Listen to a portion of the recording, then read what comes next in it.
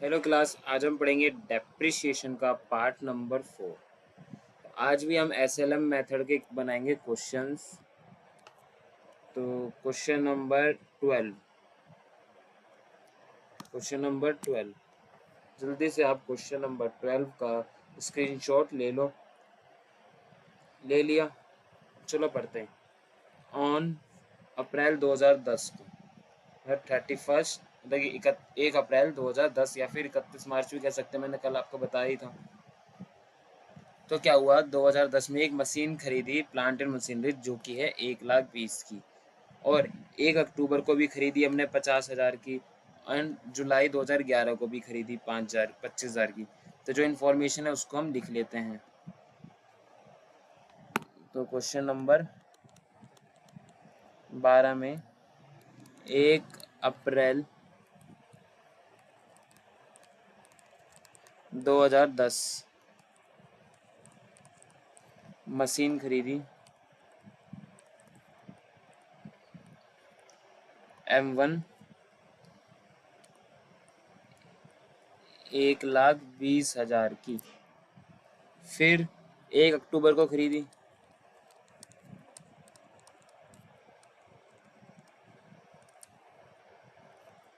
कितने की?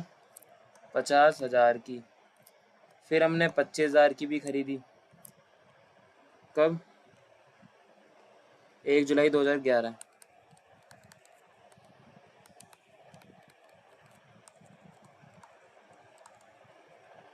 Okay. Then उसके बाद लिखा है ऑन 1 जनवरी 2013 को एक मशीन है जिसकी ओरिजिनल वैल्यू ही मतलब वो 20,000 की थी, विच वॉज इंक्लूडेड। ध्यान से देखना, वो जो 20,000 की मशीन है वो इंक्लूड है। मशीन कौन सी मशीन के अंदर? 1 अप्रैल 2010 के अंदर, मतलब इसके अंदर इंक्लूड है। तो एक हो गई 1,00,000 रुपए की, एक हो गई 20,000 की, दो टुकड़े कर लिए। अगर आप ये टुकड़े शुरुआत में कर देते हो, कई बार लिखा होता है 1/3 1/4 मशीन बेच दी, मतलब कुछ हिस्सा बेच दिया, पूरी मशीन नहीं बेची, उसमें से कुछ हिस्सा। आपको इस क्वेश्चन में साफ साफ पहले ही बता दिया कि एक 20,000 का हिस्सा है जो कि हमने 1 जनवरी 2013 को बेच दिया 6,000 में। तो क्वेश्चन ने आपको यही पहले ही बता दिया है। तो हम लोग क्वेश्चन को शुरू करने से पहले ही अगर हम जिसके अंदर ये इंक्लूड है 20,000 किसके अंदर इंक्लूड है, यहाँ पे डेट दी है 1 अप्रैल 2010 में जो मशीन खरीदी थी उसके अंदर इंक्लूड है। तो हमने 1,20 के टुकड़े कर लिए, 1,00,000 और 20,000। समझ में आया? क्वेश्चन कह रहा है 1 जनवरी 2013 को हमने सेल करा। क्या करा? 1 जनवरी 2013 को सेल करी है मशीन 6,000 की, जिसको हमने कब खरीदा था? इसको हमने परचेज किया था 1 अप्रैल 2010 को, और कितने की थी? 20,000 की। ये इंक्लूडेड है। तो इसका मतलब इसके दो टुकड़े हो गए, एक 1,00,000 और एक 20,000। क्वेश्चन ने ये बोला है। तो जो दो टुकड़े कर दिए, तो अब मैं M1 इसका नाम रख दूंगा, M2 इसका नाम रख दूंगा, M3 और M4। ये तीनों ही मशीन क्या की है? परचेज। तो सेल हुई है बस एक मशीन, वो भी 1 जनवरी को, वो भी 20,000 की, जो यहाँ पे थी। समझ में आया क्वेश्चन क्या कह रहा है? क्वेश्चन ने बिल्कुल ही इजी है, बस आपको थोड़ा डेट का ध्यान रखना है और थोड़ी लैंग्वेज जो क्वेश्चन में लिखी है। क्वेश्चन ने साफ कह दिया कि एक 20,000 की मशीन है जो कि 1 अप्रैल 2010 के अंदर इंक्लूड है। इंक्लूड का मतलब उसके दो टुकड़े कर लो पहले ही। अगर आप दो टुकड़े, कुछ कुछ बच्चे ऐसे होते हैं जो उसके दो टुकड़े लास्ट में करते हैं, तो उस टाइम लास्ट में करते वक्त क्वेश्चन में आपको करने में दिक्कत आ सकती है। इसलिए जैसे मैंने पहले ही दो टुकड़े कर लिए, मतलब 1,20,000 के दो टुकड़े कर लिए शुरुआत में ही, तो आपको कैलकुलेशन में दिक्कत नहीं आएगी। अगर आप 1 जनवरी 2013 को जब मशीन बेचोगे, जब दो टुकड़े करोगे, तो हो सकता है आपको दिक्कत आए। तो इससे बेटर है कि आप पहले ही उसके दो टुकड़े कर लो। ठीक है, फिर उसको हमने बेच दिया 6,000 रुपये में। ठीक है, आगे क्या लिखा है? Prepare plant and machinery account for 3 साल का बनाना है, डेप है 10% और SLM मेथड से। तो 3 साल का बनाना है। ठीक है, आपको पहले ही टुकड़े कर लेने हैं।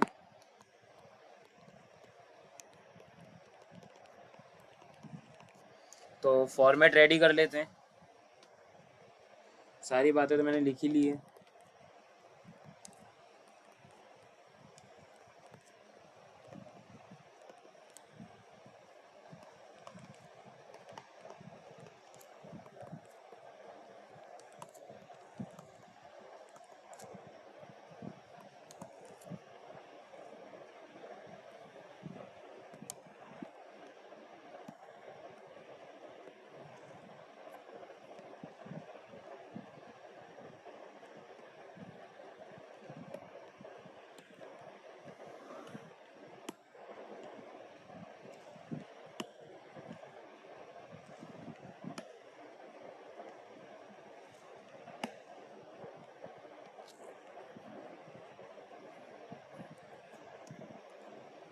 ठीक है, तो ऊपर डाल देंगे plant and machinery account.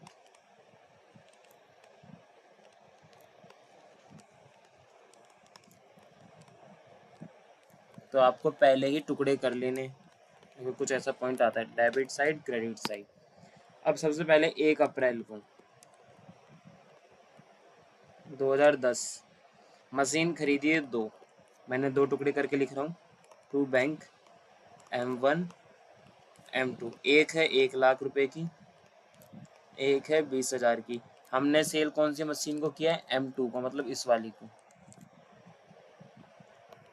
To bank और सेम ईयर में हमने एक और खरीदी है 1 अक्टूबर 2010 को ही।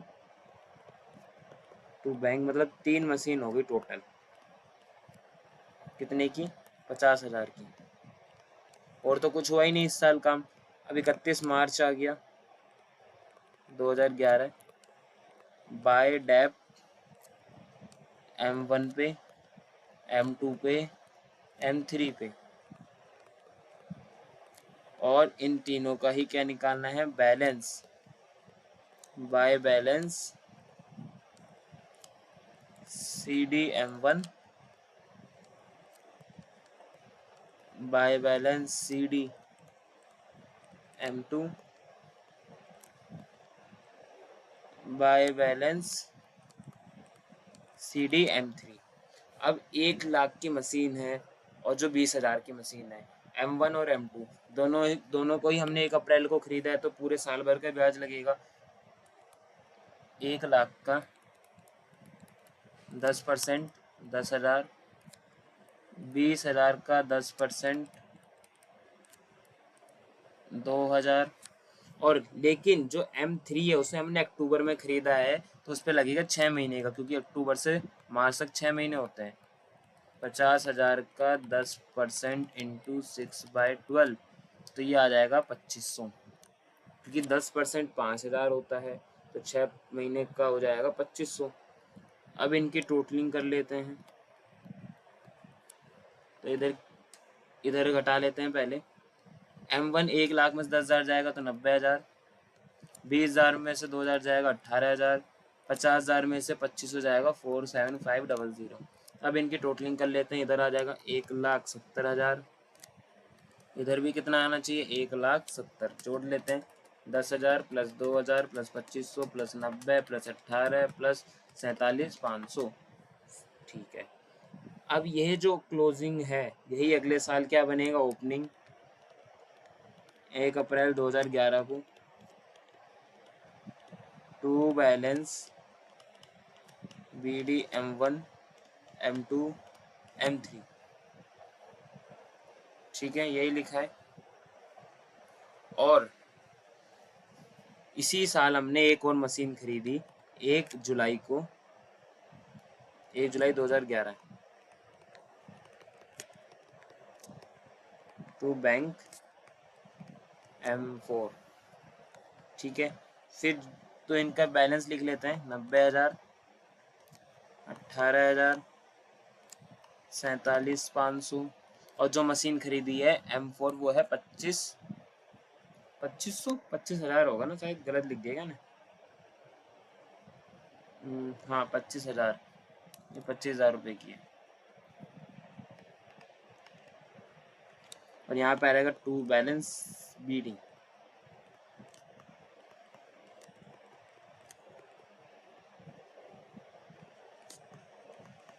ठीक है। अब 1 जनवरी 2013 तो इसी साल काउंट होएगा ना भाई, 1 जनवरी 2013 तो इसी साल आएगा, क्योंकि 1 अप्रैल 2000 सॉरी 13 है ना, हाँ 13 अगले साल आएगा, इस साल नहीं आएगा, अभी 11-12 चल रहा है, फिर 12-13 में आएगा, अगले साल आएगा, सॉरी क्लास। अब डेप लगाते हैं 31 मार्च 2012 bye Depp M1 M2 M3 और M4। ओके, क्या कोई दिक्कत है? नहीं है।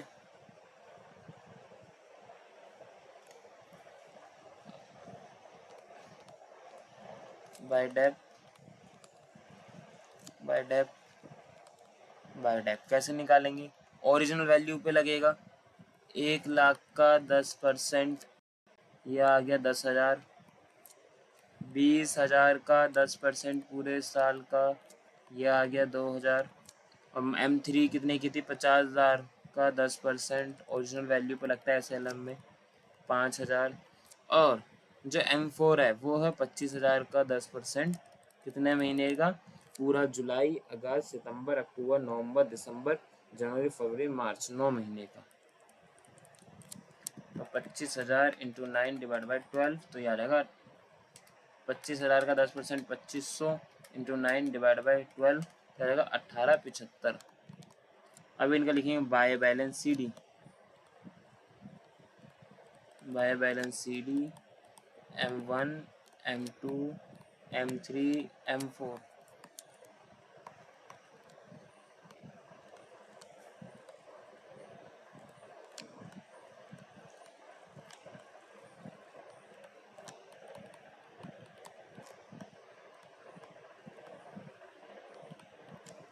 अब 90,000 में से 10,000 जाएगा तो 80,000 का बैलेंस बचेगा, 18 में से 2 जाएगा तो 16,000, 47,500 में से 5,000 जाएगा तो 42,500, और 25,000 में से आपका 1,875 चला जाएगा तो बचेगा 23,125।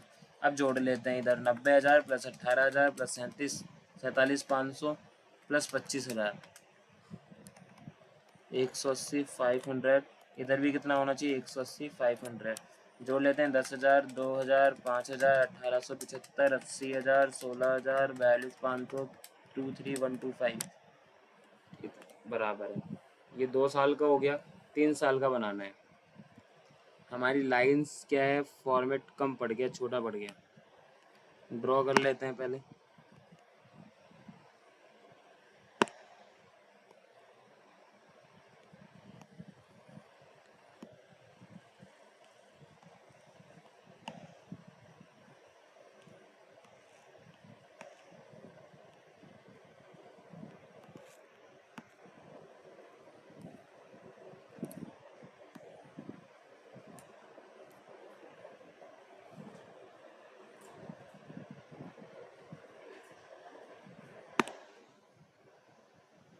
तो ये क्लोजिंग अगले साल 1 अप्रैल 2012 को क्या बन जाएगा? BD to balance BD M1 M2 M3 M4।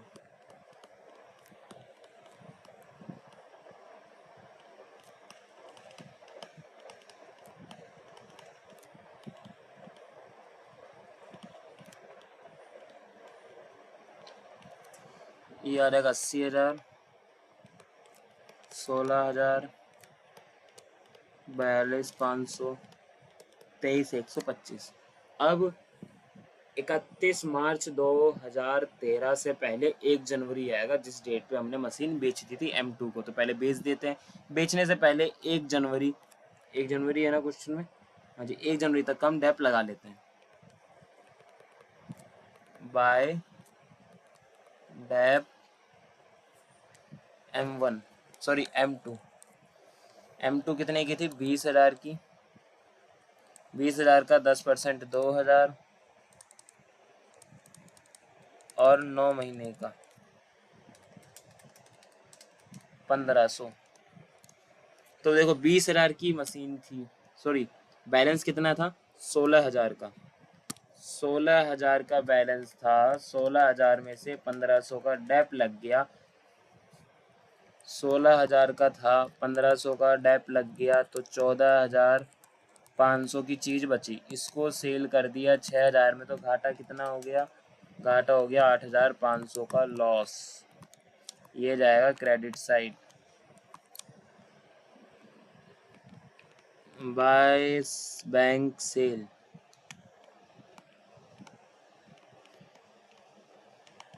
कितना? 6,000। By profit and loss account का लॉस कितना? 8,500। और कुछ नहीं हुआ, बात ख़त्म। अब चलो 31 मार्च को हम बाकी मशीन पे डेप लगाते हैं। 2013, ठीक है। By Depp M1, bye Depp M2 तो बिक गई, तो M3, M4। तो M1 कितने की थी? 1,00,000 का 10%, 10,000। M3 थी हमारी 50,000 का,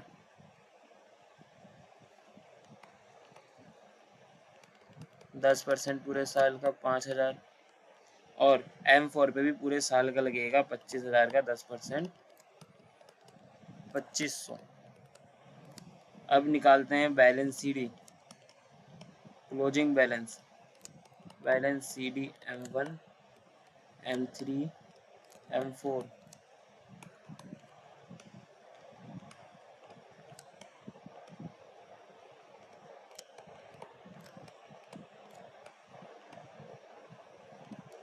चलो तो M1 80 की थी, 10 का डेप लग गया तो 70,000। 16 वाली तुम बेच दी M2 को। M3 42, 500 में से 5,000 कम कर दोगे तो 37,500। M4 है 23,125 में से हम लेस कर देंगे 2,500, तो 20,625 बच गया। अब टोटल कर लेते हैं। 80,000, 16,000, 42,500, 23,125, ये आ गया 161,625, 161,625। जोड़ लेते हैं क्रेडिट साइड भी।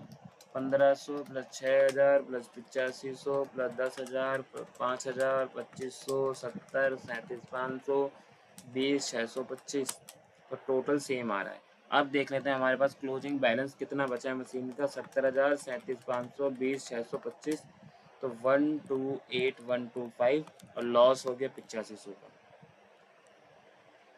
तो आंसर हमारा मैच हो गया है। 128,125 और 8,500 का लॉस भी आ गया है। ये क्वेश्चन हो गया हमारा कंप्लीट। क्वेश्चन का ले लो स्क्रीनशॉट।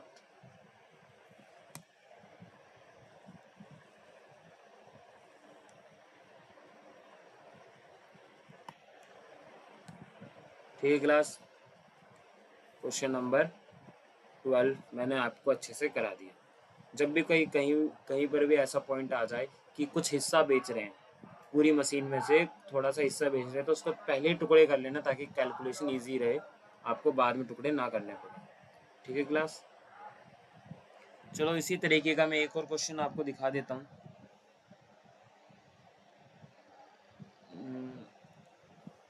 इधर आ जाओ।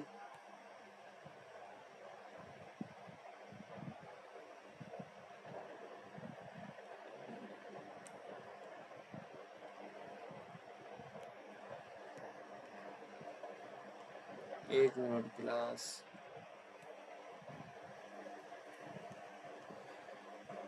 क्वेश्चन नंबर 12 तो मैंने करा दिया था, एक बार क्वेश्चन नंबर 13 को देखो। क्वेश्चन नंबर 13 बोला a company whose accounting year financial year जो है उसके अंदर परचेज करिए 1 जुलाई 2021 को मशीन 30,000 की। यहाँ लिख लेते हैं 1 जुलाई 2021 को परचेज मशीन। ये क्वेश्चन अच्छे से समझना, सेम इसी की तरह है जैसे मैंने अभी कराया। ठीक है, कितने की? 30,000 रुपये की। फिर इट वॉज फर्दर, उसने और मशीन खरीदी 1 जनवरी 2022 को 20,000 रुपये की, और अक्टूबर में भी खरीदी 10,000 की।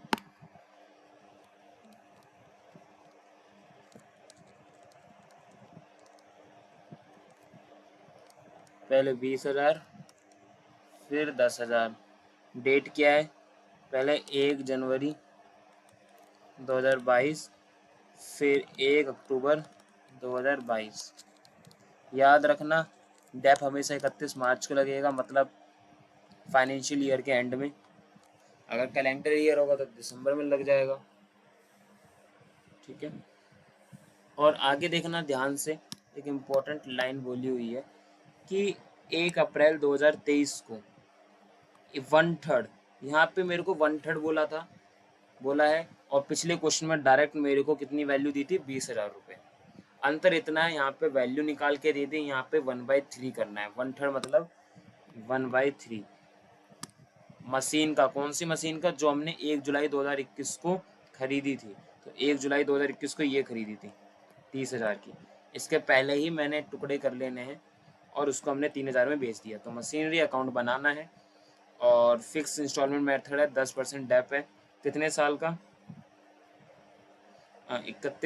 1 अप्रैल 2024 मतलब 31 मार्च 2024 तक आपको बनाकर देना है। तो मैं क्या करूँगा, पहले ही टुकड़े कर लूँगा इसके 3। 1/3 मतलब 30,000 का 1/3 होता है 10,000। मतलब जिसकी कीमत 10,000 थी उसको मैंने बेच दिया 3,000 में।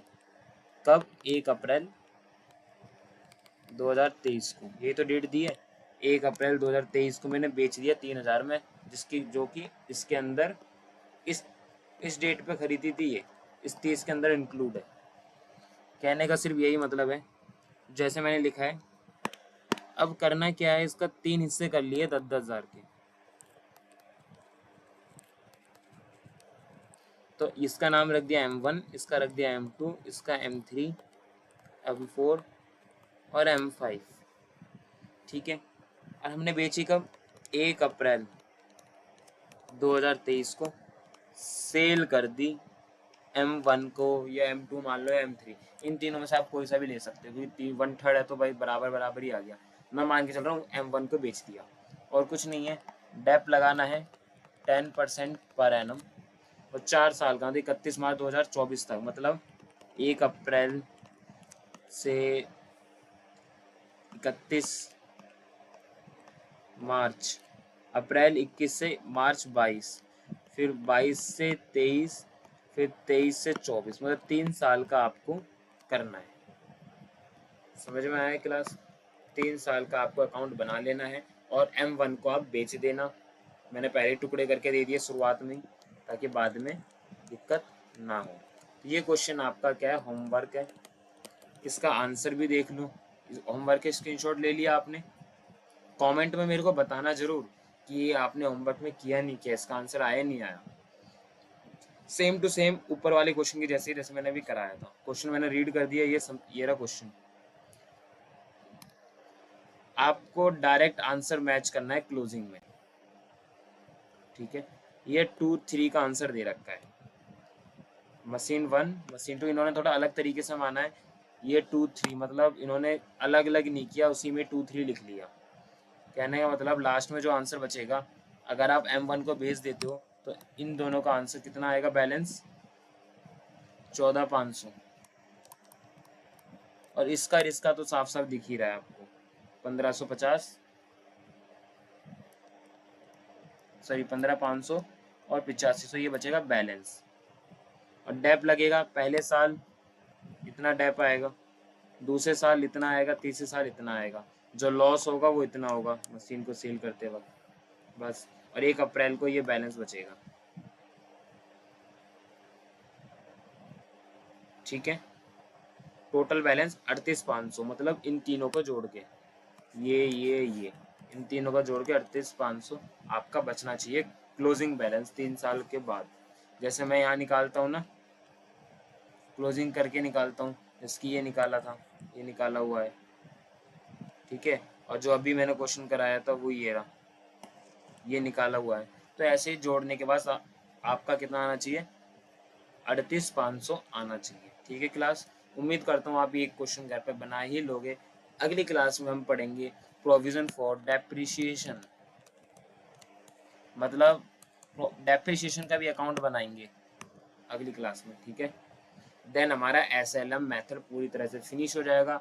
सेम ऐसे ही हम WDV करेंगे, WDV में टाइम लगेगा नहीं क्योंकि हमने SLM अच्छे से सीख रखा है, फॉर्मेट वही है, बस डिफरेंस इतना है कि SLM में ओरिजिनल कॉस्ट पे डेप लगता है और WDV में जो वैल्यू माइनस करने के बाद जो आती है, बस इतना डिफरेंस और सब कुछ सेम है। उम्मीद करता हूँ आप ये क्वेश्चन बना के लिए आओगे class. Thank you class, next class में कंटिन्यू करते हैं।